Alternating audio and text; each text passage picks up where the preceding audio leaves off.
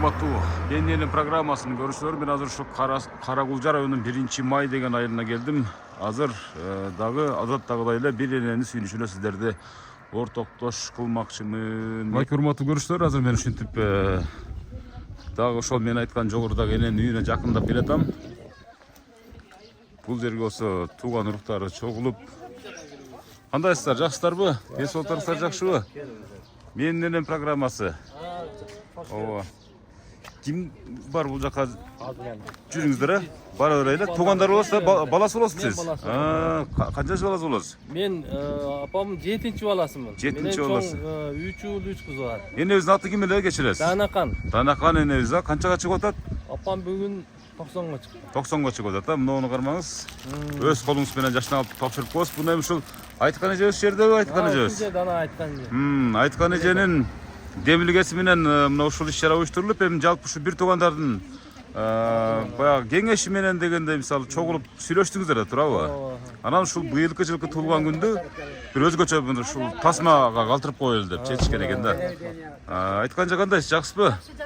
Урматтуу көрүүчүлөр, биздин Беннелин группасындагы эң активдүү эжебиз. Мынакей Россиядан качан келип калдыңыз? Кече мурдагы түнү келдим. Атайын ушу Данакан энебизди куттаган келдиңиз да. Атайын кече да ошо алайга барсам, сиз сыяктуу кызы да ошол атайын Москвадан учуп келген экен да. Бүгүн да бул жака келсем, мына ушул өзүңүз дагы ошо атайын учуп келип, быйылкы туулган күндү бир ушул чогуу тасмага тартылып, ошо энебиз менен чогуу кобурашып дегендей. Анан бир эсте каларлык кылып өткүзүп коеюн деген ниет болгон экен да.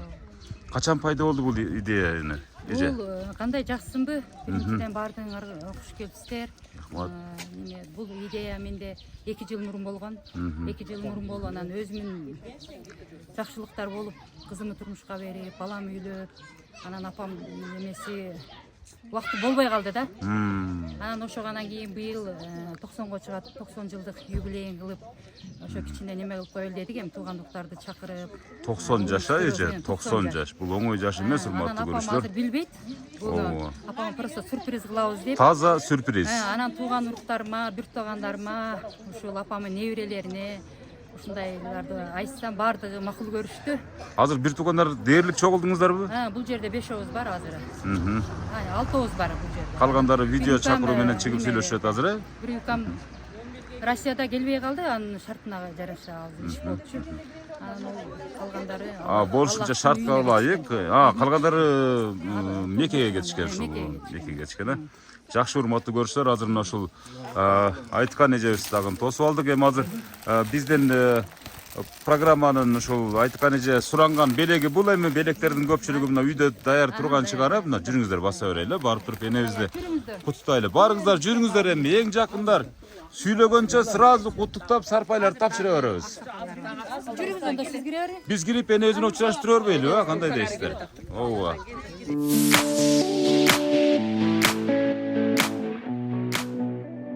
Кудайдын ачык асман алдындагы студиясында. Урматтуу көрүүчүлөр, Данакан эне кандайсыз? Жакшысызбы? Отурасызбы менесен, күлүгүчтүү жүрөсүзбү? Кен колуңузду карап коеюн. 90 жаштагы энебиздин колун кармашта биз үчүн табелик да. Эне кандай отурасыз? Күлүгүчтүү отурасызбы? Кыштан кыйналбай чыгып алдыңызбы? Жакшы. Бул Менин энем деген программа.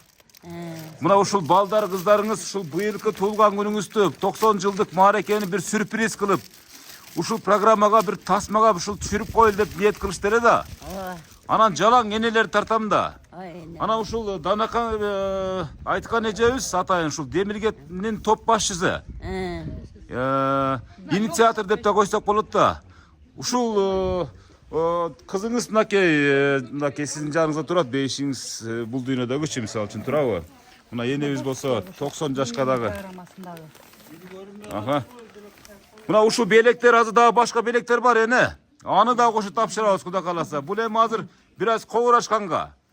90 жашка чыккан энебиздин мына кызы айткан эже менен турабыз. Мисалы энебиздин да жанында турабыз дегендей.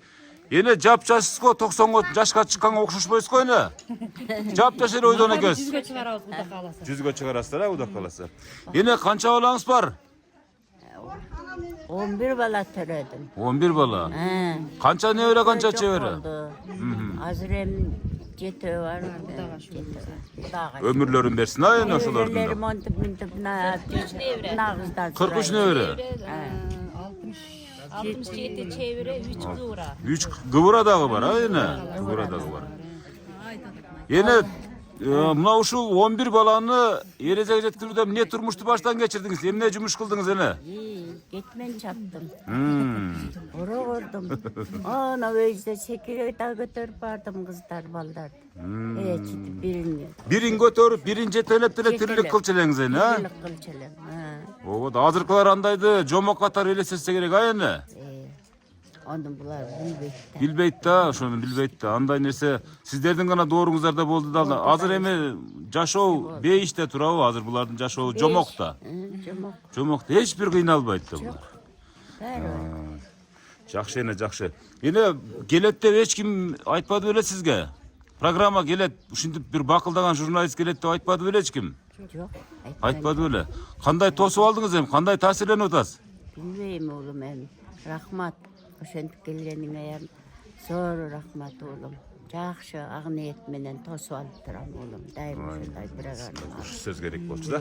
Эми мынакей энебиздин ушунчалык баягы сыртынан эле көрүнүп турат, ушундай бир касиеттүүлүгү, анан улуулугу дагы сыртынан көрүнүп турат да. Ошо энебиз тууралуу өзүңүз бир кобурап бербейсизби, мисалы бересиз? Мен энем Канчанчы кыз болосуз? Мен кичинекей кыз болом. Эң эркеси.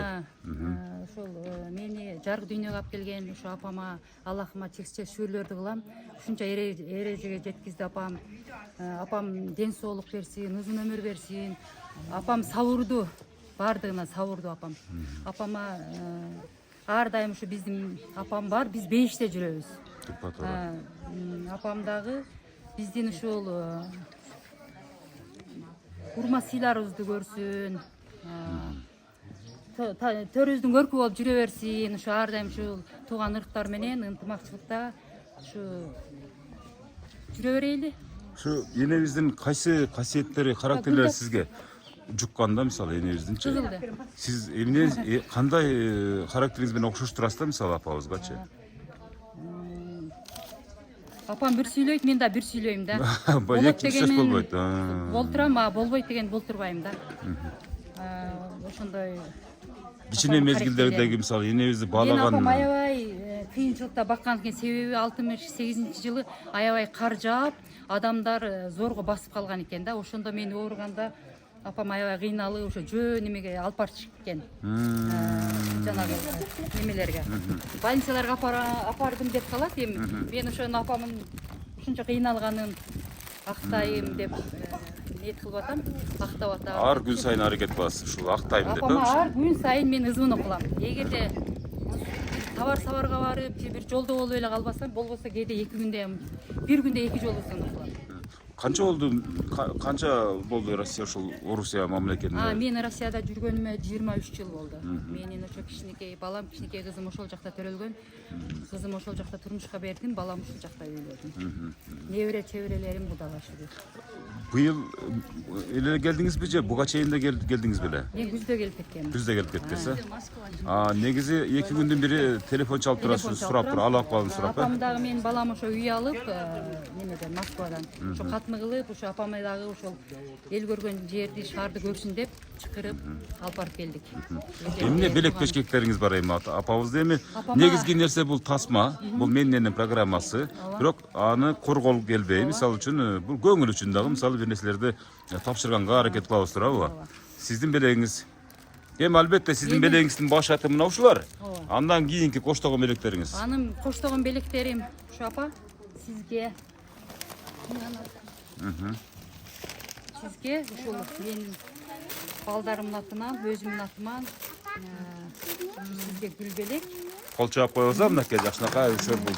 Өтө мындай кайталаңыз үчүн. Россияда ошо досторум апама деп конверт жөнөтүшкөн, буругун жөнөтүштү эле. Ушу жылдыз, Атүргүл, Карамат, Айзада силерге чоң рахмат. Ишиңерге ийгилик. Силер дагы апамдын жашына жеткиле. Конверттерди минтип булгалап коюңуз мынакей. Аманатыңар жетти депчи. Бул болсо неме Новосибирскийден ушу Абдулла Чынар, Мирлан Асель. Силерге да ишиңерге ийгилик, ден соолук. Силер дагы апамдын жашына жеткиле. Ар дайым жакшылыктын үстүндө жүрө бергиле. Мени сыйласаңар, Аллахым силерди сыйласын. Азаматсыз мынакей. Кол чаап коебуз мынакей. Эне пул бар экен ичинде, пул. Ошо гүлдү мындай таштап коерңер, пулду алып алыңыз. Тамаша. апа сизге ошол жактан ошолор беришти. Кол чаап коебуз мынакей жакшынакай белек. Ошо мен алыста жүргөндөр, сүйлөп коюн. Кылыч бир тууганым, укаларым, баардыгыңарга, келиндерим, сиңдилерим, ошо алыста жүрөсүңөр, тынч болгула, аман болгула, ден соолукта болгула, ишиңер ийгиликтүү болсун, тапкандарыңар табышты кылсын Алла таалам. Ар дайым тынчылык болуп жүрө бергиле. Ушул Бененен программасынын апамын баягындай ошондой кылабыз деп сүйлөштүк эле. Келди, ниет кылып, ошо ниетибизди ишке ашырып атабыз. Ушу силерге дагы чоң рахмат. Ишиңерге, ошол берген белегиңерге ыраазычылык. Рахмат, кол чаап коебуз мынакей Ошо бир туугандарым бар, акам, эжемдер, бул жакта бөлөлөрүм, тагаларым бар, жеңелерим, сиңдилерим, келиндерим, силер дагы ар дайым узун өмүр, чын ден соолук, ишиңерге ийгилик.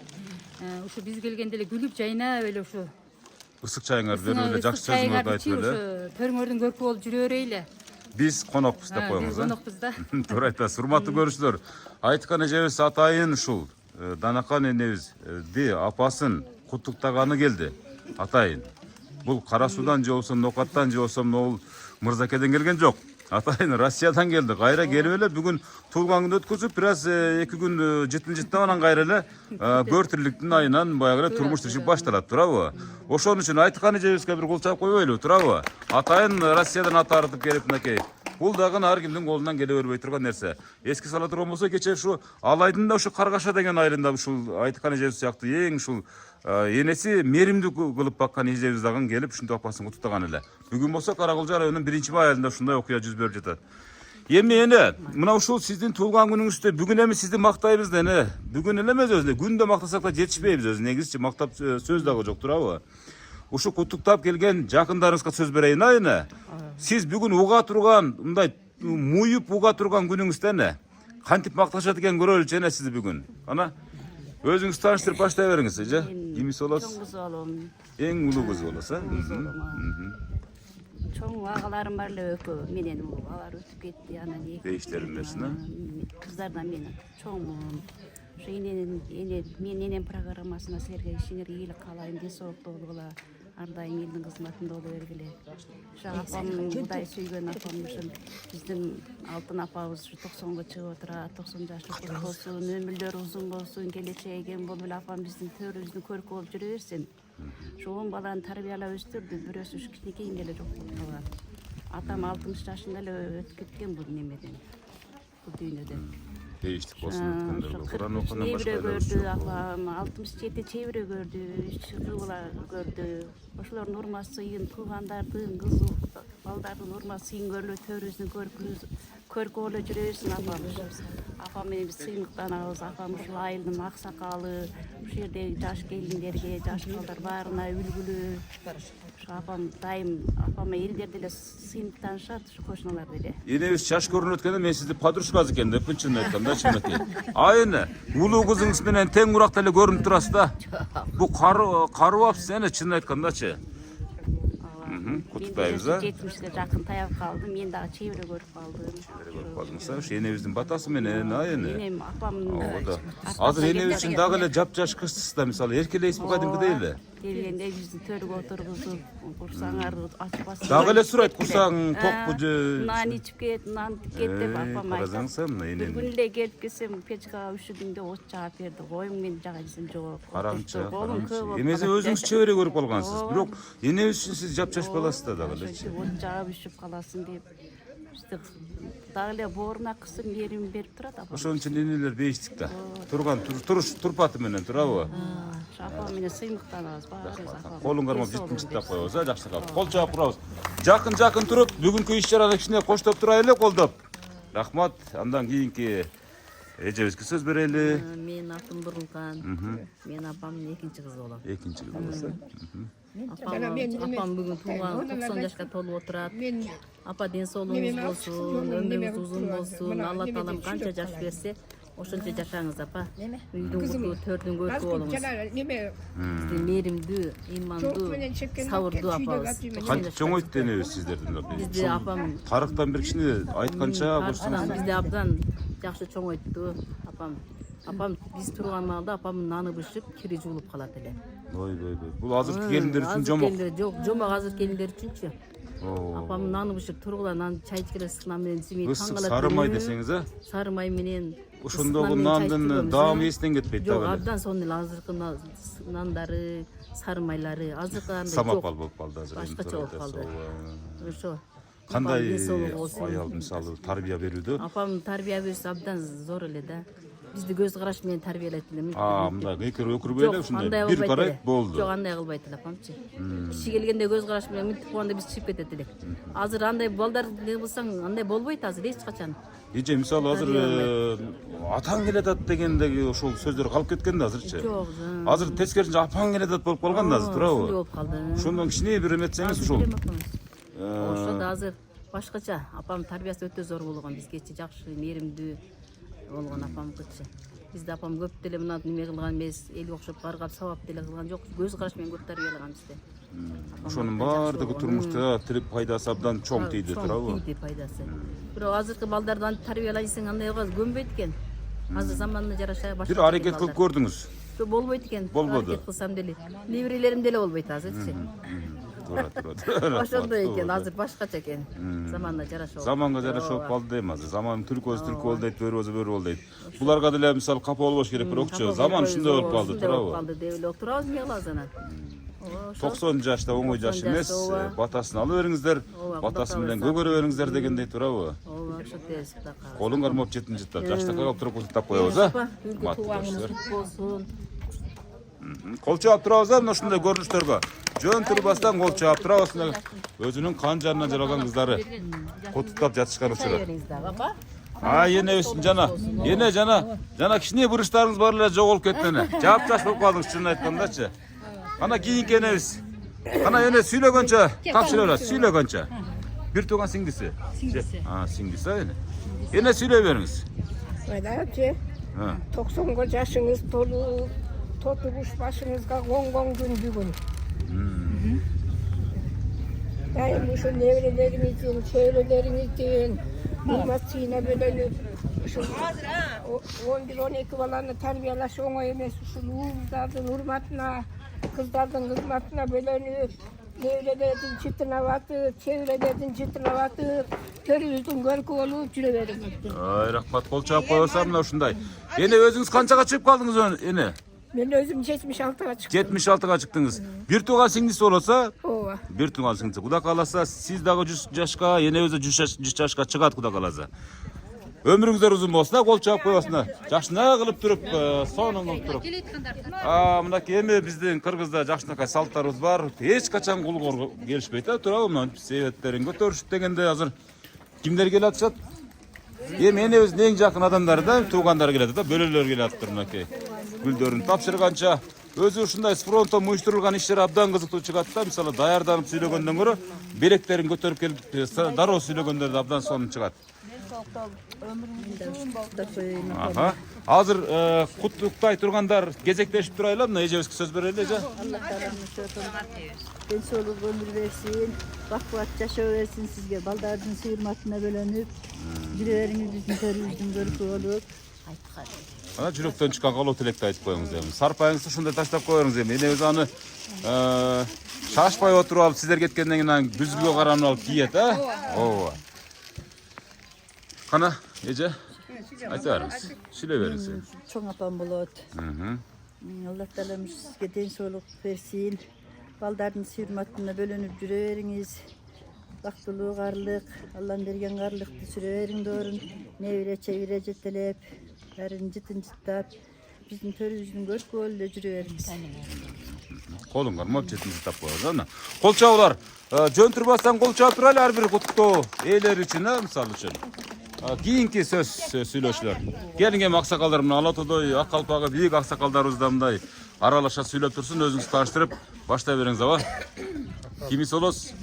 Мен баласы болом. Баласы болсо. Менден чоң эки акам Değiştik Bulusu olsun. benim de. Ne diyeceğim apa? Çünkü 90 yaş sulanınız kutlu olsun ha. Ömrünüz uzun olsun, cesurunuz çın olsun. Oruğanız, köp yaşağınız şu bizi peşenizde çölüldün korku olup balpaygan bayışı olup oturuyorsunuz. Şu bugün köpten kutkan yaxşı oy maksatlarınızga jet otağınız. Apam bugün 90 yaşı ömrünüz uzun olsun. Endi ата мисалы мындай да. Апама рахмат, şu bizde şuncha qanday qiyinchiliklardan bag'ib cho'ng'aytgan. Biz razıyız. Şu bizden yaxshi chayimizni, suyimizni ko'rib, cho'rimizni ko'rib bo'lib o'tiraversin. Shuni uyushtirib kelgan mana aytgan qarindashim ham cho'ng rahmat rashadan. Iltimondagi ishtirokchi apam 90 yaşını belgilab qo'yildi dedilar. Maqsadimizga yetib o'tiramiz. Эми мисалы үчүн ресторанда белгилесеңиздер анда бир 300 адам көрүш мүмкүн максимум. Азыр ушу менин программасында ошол тарттырып койгонубуз Айткан эженин өзүнүн идеясы да. Миллиондук аудитория да бул. Дүйнө жүзү көрөт да. Biz üçün en yaxşı olur tapa. Manayımız yaxşı mı? Şu bardık kelgen meymanlarga da çoğun rahmat tapam kutap kelgen yerge şap edip. Anan uygun kiçisi Millan ukam menen Nurzat kelimem çoğun rahmat şu apam uşular karab atata soğuy. Ошо да. Ошолорго Кудайым күч кубат берсин да. Uzun kılsın, ömrünü uzun kılsın, densolunu için kılsın. Allah Teala'm güç kuvvet versin ошолорго. Ар бир наристе да эненин баласы да мисалы кичинекей мезгилинде мисалы апа мен сиз үчүн мисалы муну алып берем, мен сизди минтип багам деп элестетет да мисалы үчүнчү. Сиз ошол вазифаңызды аткардыңызбы? Жеке өзүңүз үчүн биз жооп берип койсоңуз. Энебизге эмнелерди кылдыңыз? Бирок жетпейт ал деле өзү негизи кылганыбызчы өзү. Апама мен колман келген сиздерге жакшы сөздөрүм айтып, колман келген жардамдарым кылып атып, мен лично мынаны деп деле азыр айта албайм ошо. Ооба, ал эсте калбады десеңиз, мисалы негизги нерсе көңүл да. Ооба, туура. Рахмат апама, биз ыраазыбыз, төрүбүздүн көркү болуп жүрөт. Оорубасын да, эң башкысы ошо. Көпкө жашасын, бактылуу байбиче болсун. Рахмат, кол чаап коебуз. Мынакей сонун сөздөр. Кучактап, колун жыттап коебуз, колун кармап. Ар бири куттуктоодо мисалы үчүн энебизди жыттап коебуз. Энебиз ушундай адам караганда абдан көңүлгө маани берип калат да. Ошон үчүн ар бирибиз энебиздин жытын жыттап, колун кармап дегенде келиңиздер гана. Кийинки кезек. Кош келипсиз, жакшы келип алдыңызбы? Жакшы келип алдык. Бүгүн Аллага чексиздүү мактоолордон тонлорду айталы. Биздин үйдө аябай чоң кубаныч күн. Апам бүгүн 90га чыкты. Мен 7-чи баласымын. 3-ünü чыкты. Апам аябай ыраазыбыз. Алла апам ömrünüz uzun olsun, bактылык арлык берсин. Апам менен айта турган сөз жок. Илгери апам, атам экөө бизди күндөс кир жууп, түндөс нан жаап элеп ушинтип багышкан.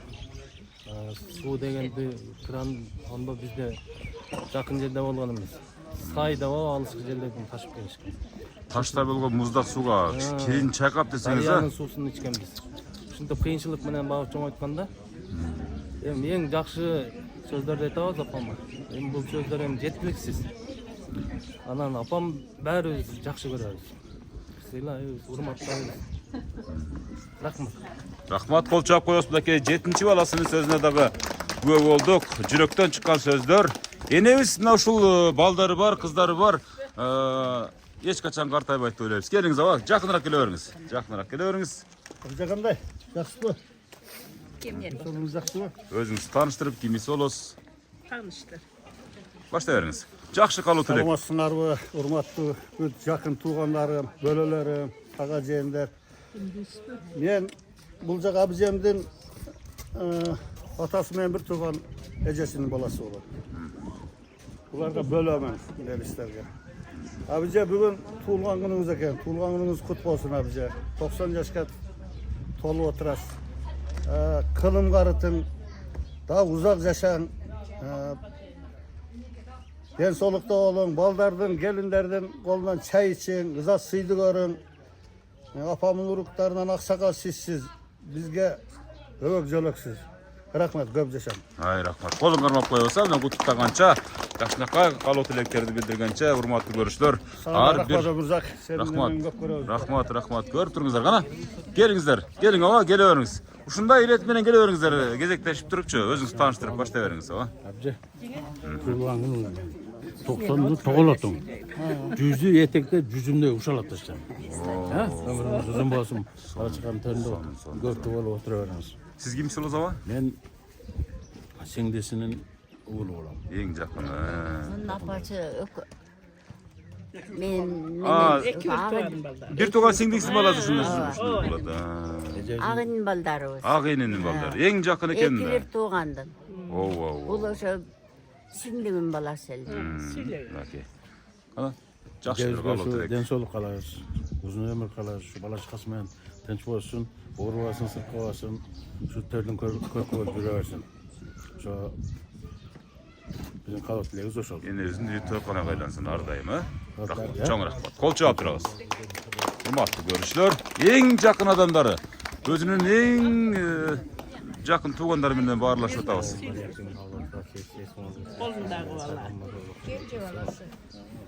Салаттар olsun.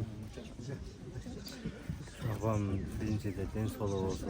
Баласы болосуз, эң кичинекей баласыз. Babam den solu olsun. Apama büyüğünde olacağım yapışında olacağım. Eşke çıksam neler şu balam çok diye öğretken. Dagı эле, мисалы. Dağa verip işleke öğretken. Anam apam tasada da şu yüze gelip gayret çiziyorum ben. Daha balam geldi analıkta etkende. Yine şunda borkaya bakırken. Дагы эле үйгө сиз жатпасаңыз сурай берет. Жаттыңарбы, келдиңби, жердесиңби деп. Doyt bol olacak. Fatsa olacak. Aşağı gelip apamı görün bana gelir. Ben bu vakitler şu ayıldaşlarımın gel sırdaşlık çay içip yemezcet. Hiçbiri kapağı olgancak apam görüyordu hiç kapağı olmadı. Çayı olur, susu olur, o sasetten gelip çıkırıp çaylaşıp yemezcet. Sırdaşlık ondan geçecek olur da. Дагы эле эркелейсиз беребизби? Кадимкидей эркелейсизби, кадимкидей? Кичинекей боласыз да. Erkeleyt da. Энебизди ушунчалык мисалы багып атасыз да. Кичинекей баласына көрөт да жашы. Пенсияны алып турасыз. Пенсияны алат. Кайра эле өзүнө жакшына алып туруп чаппайсыз. Өзү алат, өзүм мен албайм. Тийишпейсиз.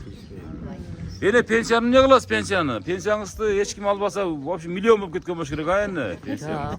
Жумшайбызда. Жумшайбыз. Тиричиликке десеңиз, өзүңүз инвестор, спонсорсуз да сиз бул үй бүлөгө. Мен балат. Пенсияны өзү алат, өзү кол коюпчу. Өзү кадимкидей акчаны санайт. Ушу күндө деле. Бизди кадимкидей тааныйт. Сразу оны кылган делечи. Үнүбүздөн. Апам баракалуу, биз апаман акча деле сурабайбыз, наоборот. Берип турасыздар. Себеп дегенде берип келди да ушу жашка чейин сиздерге. Санаганды жакшы билет. Эсеби так десеңиз, Так. Бирок ар жерге акча коет, салан жерде, түкүн жерде дейт, бир мынал жерде неме касыр небереси бар. Ошого ишенет. Башкага ишенбейт. Ошого ишенет. Башкалар ояка буяка кетет да ошо. Туура айтасыз. Элес демек мындай эсеп жагынан да так келсиз да эне, туурабы? Сиз куттоону бүтүрүп коюңуз. Демек сиздин энеңиз кандай адам, мисалы үчүн ушу бир мындай сүрөттөп бериңчи, бир кыска бир нуска кылып турупчу. Мен апам жакшы ушу боорукер. Анан так мамиле кылсаң жакшы сейлет. Бирин алдабы дейт, жакшы жегиле. Түз жүргүлө, эч кимдин акысын жебегиле. Şu men atam менен ушу 13 жашында өтүп кетти, атам менен айтты. Жөө жаман сүйлөбөй билген эмесин алба, түз жүр дейт эле. Ошондо. Көчө Ал адамдар абдан көз ачык болгон да, чынын айткандачы, мурдагы адамдар. Эми азыркыларды айта албайбыз. Ошо эми атабыздын, апабыздын тилин алып ошо дейт ошо айткан жол келет ал эми ошо. Кана колуңга алып бир жыттап коюңуз, кол чаап коюңуз. Эң кичинекей баласы, эркек баласы, мына ушул энебизде 100дөн ашыра турган баласы. 100дөн ашыра турган баласы. Эми калгандар деле мисалы 100дөн ашырганга кол кабыштык кылат, бирок эми турмуш шартка байланыштуу мисалы бириси Россияда, бириси дагы башка аймактарда. Мен укасын аялымын. Эжем жакшы аял, эжем туулган күнү кут болсун. ушул жашты ошо балдарына, неберелерине, чеберелерине насип кылсын. Эжем баарыбызга тегиз аял ошо бир тууганын балдары деп мына тургандар ушу бүт бир тууганын балдары да ушуларды ошо туулган күнүнө чакырып Дагы атат. келелек бир туугандар. Дагы тоодан келбей калды. Келатышат дейт, саарыга келатышат. Тынч болсун, бөлөлөр ушулар. Өзүнүн Эжем жашын ошо бардык балдарына, небере чебере ушу туугандарына берсин. Туулган күнү кут болуп, ушу өмүрү узун болуп, имандуу карлык берсин, ушу бактылуу карлык берсин.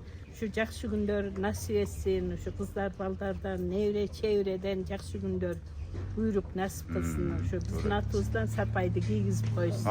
Мынакей Сарпай бияк поле чидес экен да, кана келиңиздер. Сарпай тапшырып азем бул эми поле чидестин кыргызчасы. Ана буйгада жол чыкканы болсо эми келатышат. Болду, азыр биз келе берсин, келгенче куттутай берсин. Өнөр балдары Кудайга Ай рахмат, мынакей Сарпай тапшырып аземди аябай кызуу жүрүп жаткан учуру, урматтуу көрүштөр. Калгандарыбыз дагы сөз кошуп коелу эже. Кана. Кулипа кессем да. Кана. Жакшынакка туруп калуу керек билдирип коебуз. Эже туулган күнүңүз кут болсун. Ушу сиз күнөкөр болуп баарыбыз ушинтип эшигиңизде топтолуп отурабыз. Көп жашаңыз дагы, ушу балдарыңыз, кыздарыңыз дагы, ушу туугандарыңыз баары сиздин жакшыңызга жетели. Ушу балдардын, кыздардын жакшы чайларын ичип, небере чебелердин чайын ичип, ушу сыйдын үстүндө жүрө бериңиз. Кең туура. Баарыбыз тилектешпиз ушу көп жашаңыз. Энебиздин батасы менен Кудай буйрса жакшылык күндөр көп болот, тойлор көп болот дегендей турабы? Эжем кыздары да келди. Ушулар да сүйлөп, сиңдиңиздин кыздары, сарпайларын берип неме кылып койсун. Ооба. Өзүңүздөр тааныштырып, бир жакшы калуу тилек билдиргенче. Мен сиңдисинин кызы болом. Бир тууган сиңдисини? Тайэжебиз болот. Тайэже, туулган күнүңүз кут болсун. Өмүрүңүз узун болуп, ушинтип кылым карытып, небере чебере кыбырлардын тойлорун көрүп, жакшылыктарын, сыйырматын үстүндө ушинтип узак жашай бериңиз. Аллахтын берген жаштын дагы көбүн көрүңүз. Баарыбыздын башыбызды бириктирип отурасыз. Ушу дайым ушундай жакшы күндөрдүн ээси болуңуз. Жакшылыктарда гана жолугуп жүрө берели. Ай рахмат. Сиздин жакшылык тойлоруңузга 100 жашыңызга келейлик. Рахмат. Кол чаап коебуз эжебиздин жакшылыкка сөздөрүнө. Албетте Сарпай тапшырып аземдери, Сарпайларды тапшыра бериңиздер. Мына эжем баласы подаркасын берип. Анан кошуп коем өзүнчө тартып турупчу. Азыр мына аксакалдар бияктан тапшырып койдуңуздар, сүйлөп койбойсузбу чын айтканда анан? Эжебиз болот, сиңдисинин баласы болот.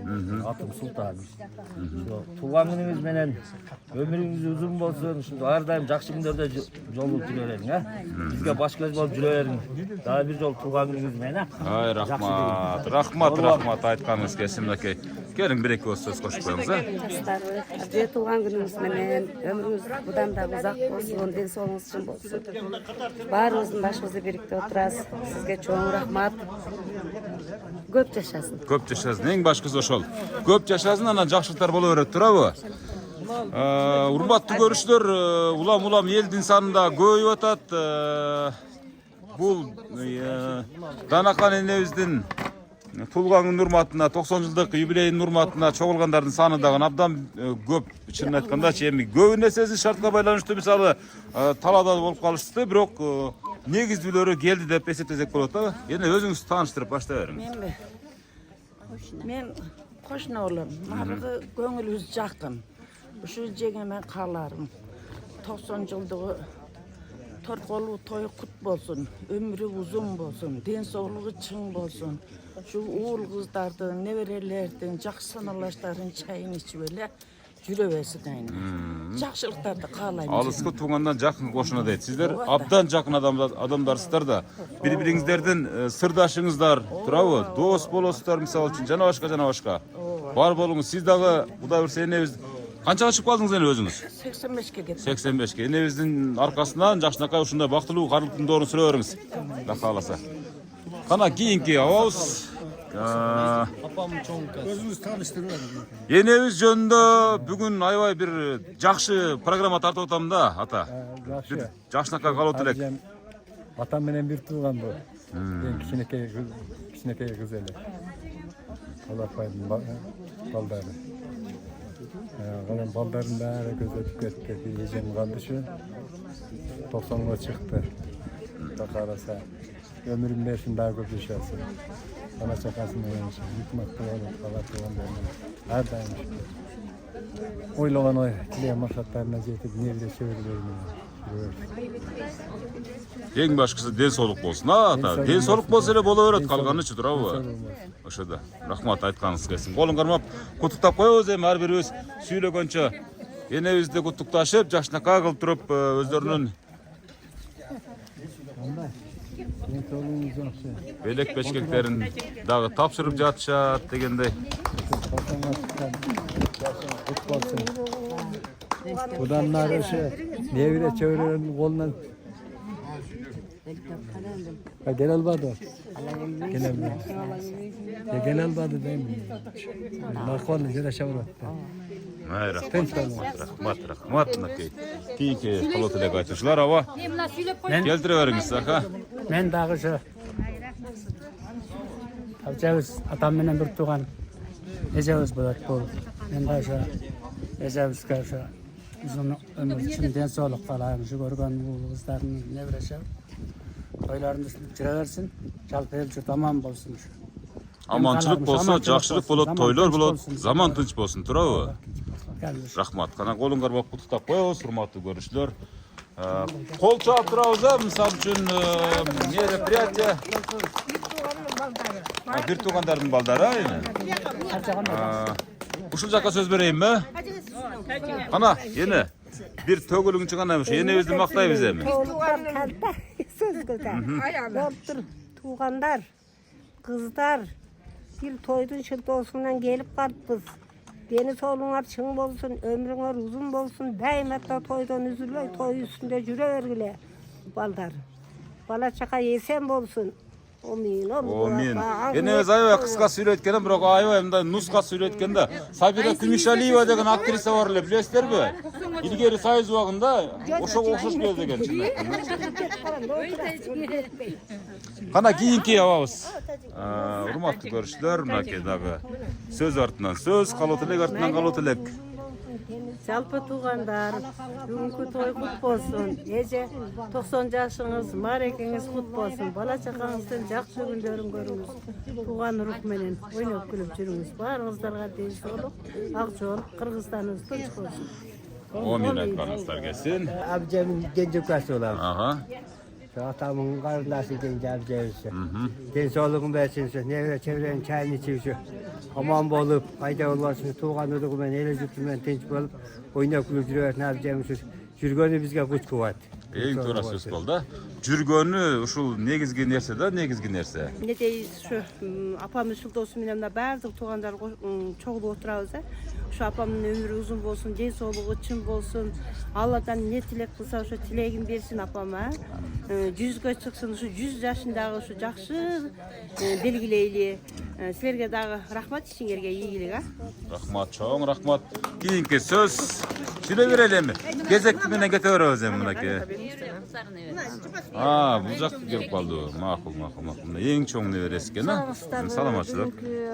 Келген коноктор, ушу менин апам болот. Эми атабызга ата, апабызга апа болуп калган. Эң чоң небереси мен. Ошол апамдын ден соолугу болсун, өмүрүн берсин Кудайым. Дагы 15 жыл берсин Кудайым.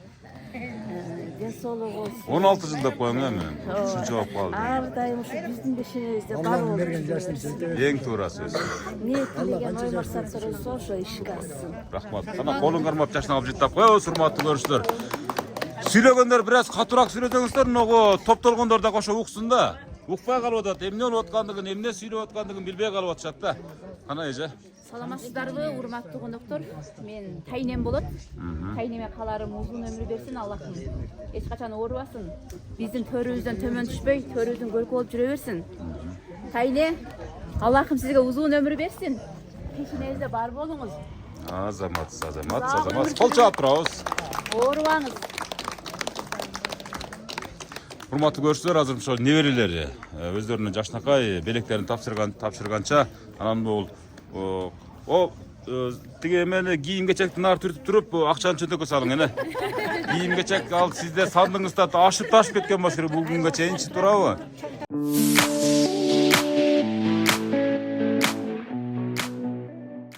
Урматтуу көрүүчүлөр, мына ушул үйдүн ичинде болсо 90 деп жазышып, 90 жылдык юбилейди урматтуу жакшынакай кылып туруп, албетте дасторкон деле жаят. Себеп дегенде бул мунсуз биздин юбилей же болсо туулган күн же болсо жакшынакай иш-чара эч качан коштолбойт. Муну жакшы билесиздер. Мен болгону ушуну тартып көрсөтүп коюуну туура көрдүм. Андан кийин мындай торту дагы кошуп коюн. Бул мактаныч эмес, бул ушул туулган күнүн урматына арналган жакшынакай дасторкондун көрүнүшү. Атайын Россия мамлекетинен келип, атактуу Каракулжа району 1 май айында жашаган касиеттүү Данакан энебиздин кызы Айтыкан эжебиз. Кудай буйрса, сиз дагы Кудай буйрса, ушул Кудай берген жаш жашаңыз, бирок биз ниет кылабыз, энебиздин жашын жашаңыз. Чын айтканда, ушундай бир бактылуу карлыктын доорун көрүңүз. Рахмат сизге.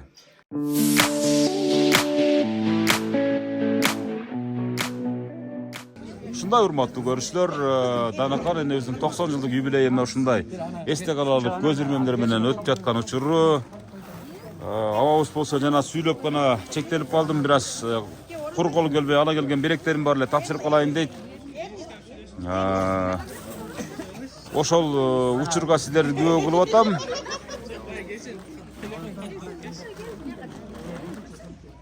Мынакей абабызга беркисин берип коюңуз, жолукту өзүңүз сала бергиз.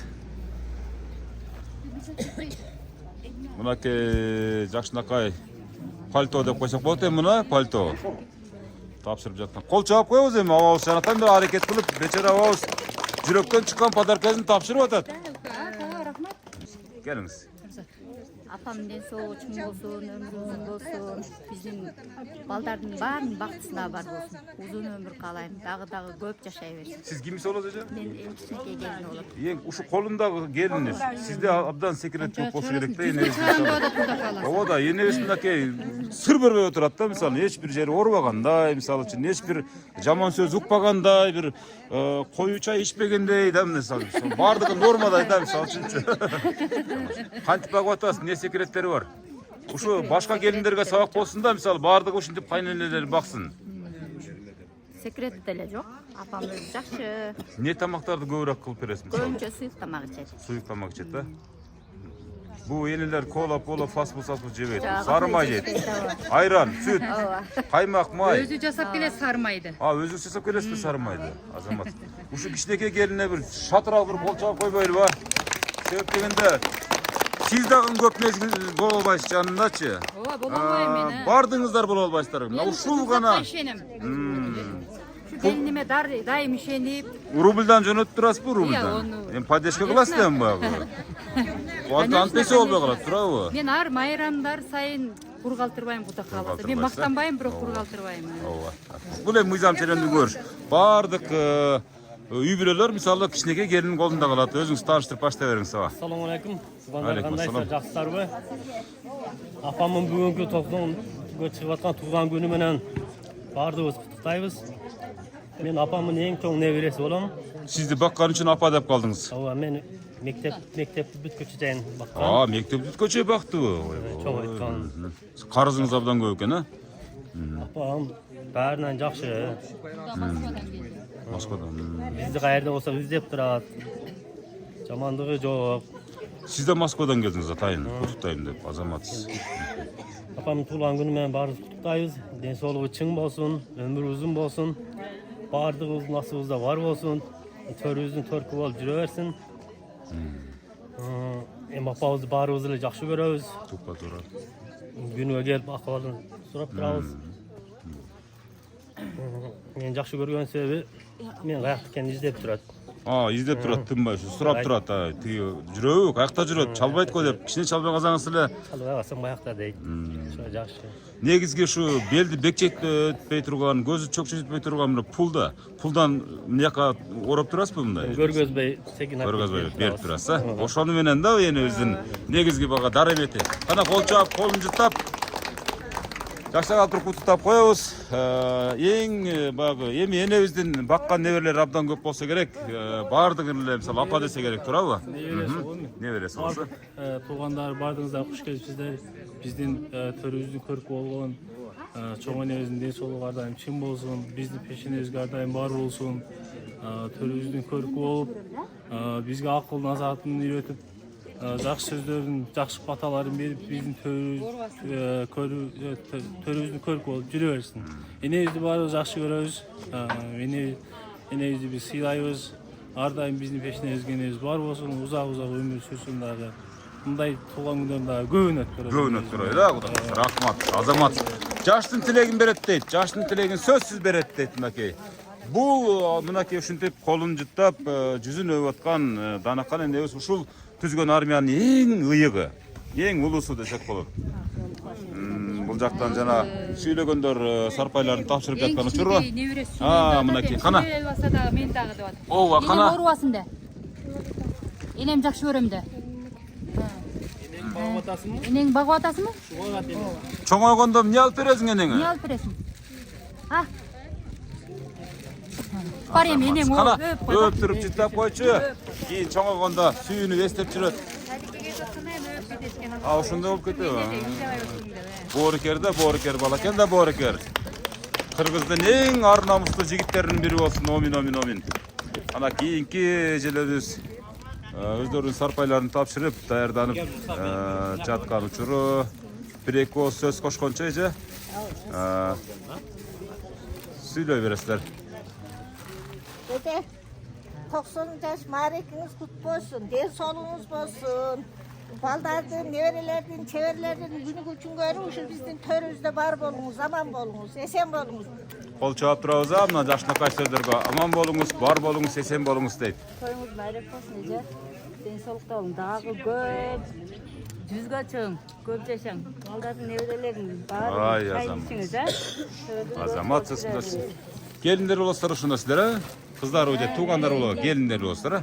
Abicim den soluğu çın bolsun, ömrümüz uzun bolsun, şu baldar, nevre, çevrelerinizin var, şuların uçuyorsunlar, şular жақшылығында, şuların sayın var. Рахмат. Келиңиздер, урматтуу көрүүчүлөр, мына ушул учурдан пайдаланып айтып коеюн, мисалы ушу Данакан энебиздин 90 жылдыгы. 1 май айылында белгиленип атат. Мисалы Карагулжар району боюнча эң улуу аксакалдардын бири болсо керек, менимче. Азыр эми бул заманда 90 жашка чыгыштаган абдан кыйын болуп калды. Эми сизден бир кеп кеңеш иретинде 1-2 суроолор бар да эне. Эне бер караңыз эне. Азыркы сиз заман менен ушу өзүңүздөрдүн заманыңыздарды бир салыштырганча жаштарга бир кеп кеңеш айтпайсызбы? Сиздердин убагыңыздарда Talim tarbiya qanday эле, азыркы убакта кандай? Азыркыда улум жаштар өзү билип калган тарбияны. Биз айтсак койчу ошону, айтпаңыздар ону дейт. Азыркы башка заман болуп калган бизге дейт. Туура айттымбы улум? Туппа туура эне. Эч бир бул жерде катасы жок эне. Ошондой деп айтат азыркылар. Эми келиндерге сын пикириңиз, критикаңыз. Келиндерге барабар элем мен. Келиндер сен жакшы, сен жаман, бала бүгүн жок, жөнөтүр. Калыс пикирдесиз, бардыгына жакшы мамиледесиз. Эми ушул кийитиңиз насип кылсын, балдардын маңдайында жаркырап жазда дел болуп, нары ата болуп, нары апа болуп жүрө бериңиз. Өмүрүңүз uzun болсун, тениңиз сак болсун. Ай, рахмат, макей. Айткан эжебиз дагы бирөө небересин кармап турган чуру. Апамын оң колу, ошо апам карайт, апам оюндагыдай небереси ошо сүйлөп коет. Кулагы, көзү, буту жана башка. Кана? Сөз сизден болсун. Туган күнүңүз менен көп жашаңыз, биздин тойлорубузду көрүңүз. Эң туура. Ең башкысы ден соолук каалайбыз. Көп жашаса эле, тойда болот турабы? Бардыгын көрөт. Көп жашаса эле. Апапак жолук салынып, Билгендер коштойбуз. амандык тилейт жалынып, алыстан кызым келет деп апа кеми жүрөт сагынып. Алыстан кызым келет деп апа кем жүрөт сагынып.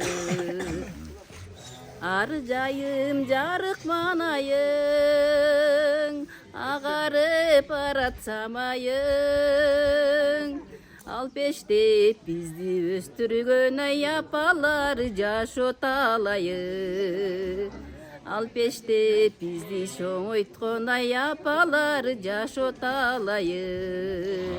Апалар жашот алайын. Бар болуңуз, бар болуңуз. Абдан сонурда айткенсиз. Бул эми эненин жанында бул дүйнөдө туруп ырдаша, мисалы бир туруп сүйлөш, бул чоң, өтө бир кайталангыс күн турабы?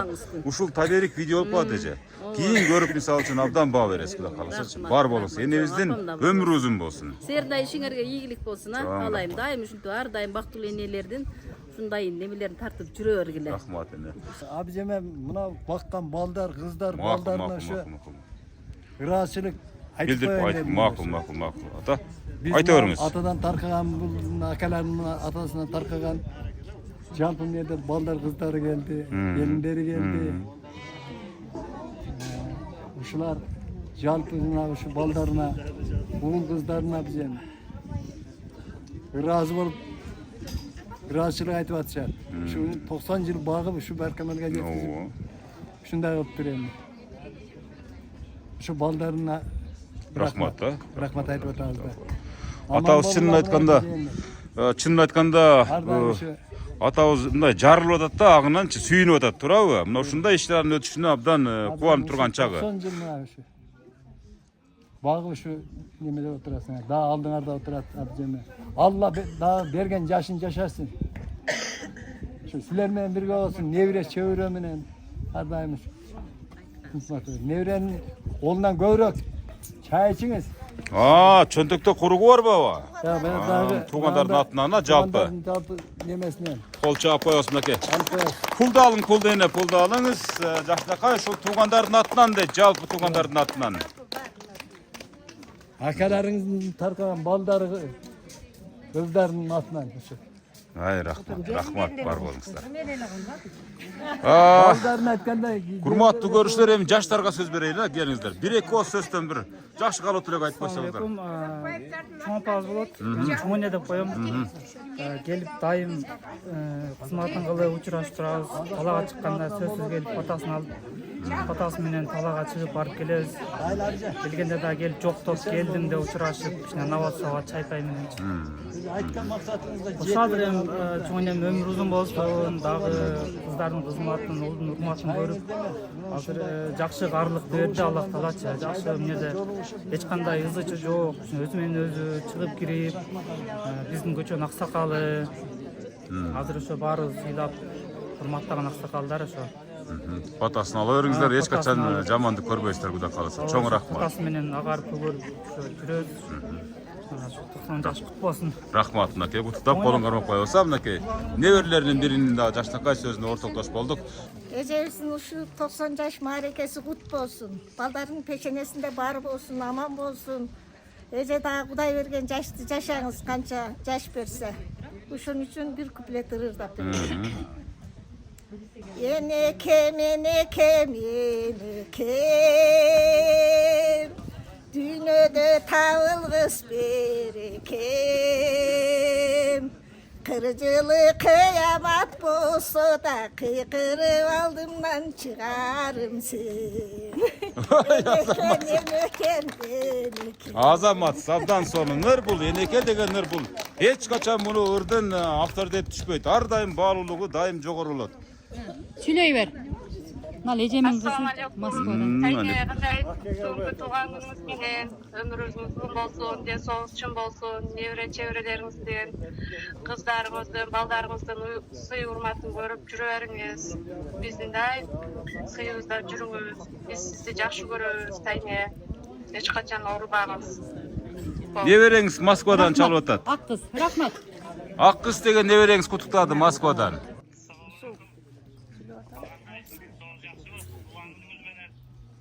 Көп жашаңыз. Майлы кылыч. Балдарың менен дайым жакшылыктарда бол, алганың менен дайым. Уул үйлөп, кыз чыгарып турат. Дайым аксакал бол. Ушулар менен барабар бол. Фамилия кыргызга үй берген ушулкам да. Бишкектеги. Ушул көп жылдан бери ошо Владивосток. Кылыч деген, Памирлик кыргызга өзүнүн эсебинен үй берди.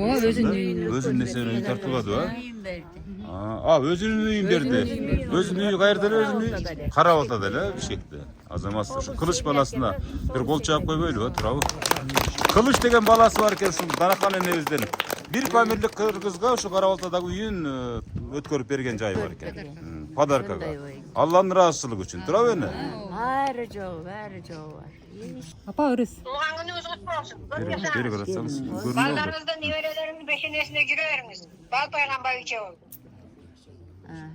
Bizde bari жақсы. Силерем эсен болгула, тынч болгула. Балдарың менен аман бол. Дайым жакшылыктарда ойнап күлүп, тыш жүргүлө көңтеп. Болуппу? Рахмат.